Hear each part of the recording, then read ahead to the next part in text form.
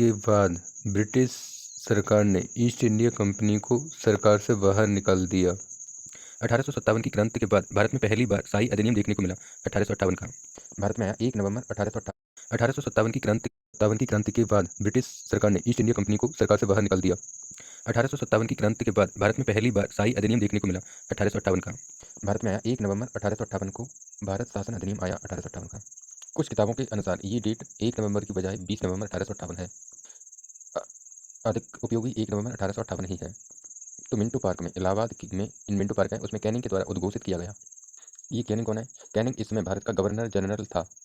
1858 का भारत शासन अधिनियम गवर्नमेंट ऑफ इंडिया एक्ट। 1858 के बाद मुगल बादशाह का पद समाप्त कर दिया गया। मुगल बादशाह बहादुर शाह जफर हुआ करता था। भारत का गवर्नर जनरल पद खत्म कर दिया, जो 1833 में बना था। इसमें पिट्स इंडिया एक्ट भी समाप्त कर दिया गया। ये पिट्स इंडिया कब बना था? 1784 में।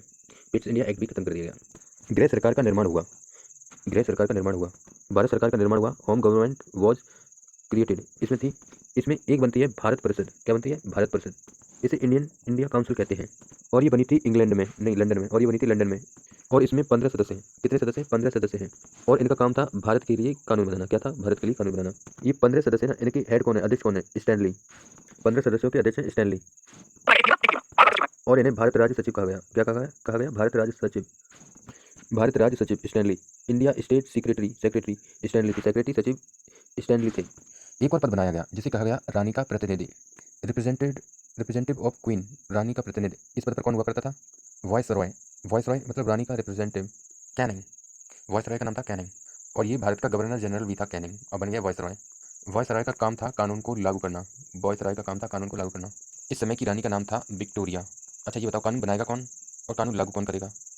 कानून लागू तो वायसरॉय करेगा और कानून बनाएगा भारत राज्य सचिव स्टैनली लिखेगा का भारत के लिए कानून। और जा समय की रानी कौन सी थी? विक्टोरिया। और जा समय को ब्रिटेन को पीएम कौन था? पाल्मस्टोन। गृह सरकार का निर्माण क्यों हुआ? गृह सरकार का निर्माण इसलिए हुआ कि उन कानूनों का निर्माण किया जा सके जिन कानून की भारत को वास्तव में जरूरत है। 1861 का भारत परिषद अधिनियम, इंडियन काउंसिल एक्ट। अधिनियम पहले बिल होता है, उसके बाद एक्ट बनता है। बिल एक्ट बनता है। बिल्ली एक्ट करती है, पहले बिल्ली होगी, उसके बाद एक्ट करेगी। बिल विधेयक पारित होकर अधिनियम या एक्ट बनता है। बिल विधेयक पारित होकर अधिनियम एक्ट बनता है। 1861 भारत परिषद अधिनियम।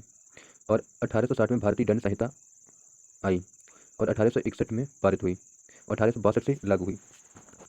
1860 में आईपीसी एक बिल थी, एक विधेयक थी, और 1861 में एक्ट बन गई, अधिनियम बन गई, और 1862 में लागू हो गई। 1860 में इंडियन हाई कोर्ट एक्ट और आया, इंडियन हाई कोर्ट एक्ट भी आया। 1874 में बना था कलकत्ता सुप्रीम कोर्ट। 1800 बना था मद्रास सुप्रीम कोर्ट। 1830 में बना था मुंबई सुप्रीम कोर्ट। और 1860 में इंडियन हाई कोर्ट एक्ट के मुताबिक सभी इन तीनों को खत्म कर दिया गया। और इसके 1860 इंडियन हाई कोर्ट एक्ट के इसके द्वारा तीनों हाई कोर्ट को रद्द कर दिया गया और 3 नए हाई कोर्ट बने। 3 हाई कोर्ट को रद्द कर दिया गया और 3 नए हाई कोर्ट बने। और जो 3 नए हाई कोर्ट बने ना, इनकी ताकत 1861 के भारत, जो 3 नए हाई कोर्ट बने ना, उनमें 1861 का भारत पार्षद अधिनियम के द्वारा ताकत आई थी। 1860 भारत हाई कोर्ट अधिनियम 1861 में लागू हुआ। 1860 का भारत हाई कोर्ट अधिनियम 1861 में लागू हुआ। 1862 में तीनों हाई कोर्ट बनी, Kolkata high court, Bombay high court, Madras high court.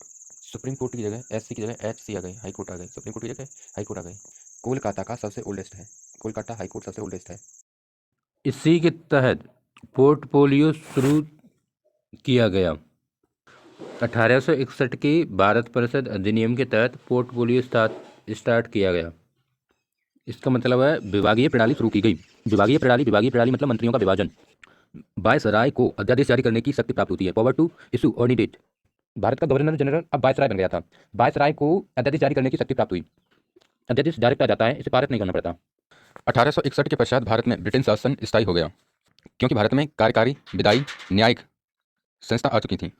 कार्यकारी वायसराय देख रखता था, विधायी में था भारत परिषद, न्यायिक में था हाई कोर्ट्स। परंतु इस शासन में भारतीयों के लिए बहुत कम स्थान था। ऊंचे पदों पर भारतीय नहीं थे, इसीलिए भारतीय इस शासन से खुश नहीं थे। इस शासन से भारतीय प्रशासन से खुश नहीं थे। भारतीयों की मांग थी भारतीय बजट का सही प्रयोग, ऊंचे पदों पर भारतीय और प्रशासन में भारतीय। इन्हीं मांगों को 1892 में पूरा किया जाता है। अब अधिनियम आएगा 1892 का अधिनियम। भारत में पहला बजट 1860 में आया था। बजट से रिलेटेड प्रश्न आएगा ही आएगा। 1892 का अधिनियम। अंतिम मुगल बादशाह बहादुर शाह जफर भार, भारत में अखिल भारतीय विधायी परिषद कब आई? भारत में अखिल भारतीय विधायी परिषद कब आई? 1853 में। भारत में कार्यकारी विधायी कार्य भारत में कार्यकारी विधायी कार्य पृथक कब हुआ? 1853 में। भारत में हाई कोर्ट एक्ट कब आया? 1860 में। 1892 का इंडियन काउंसिल एक्ट भारत परिषद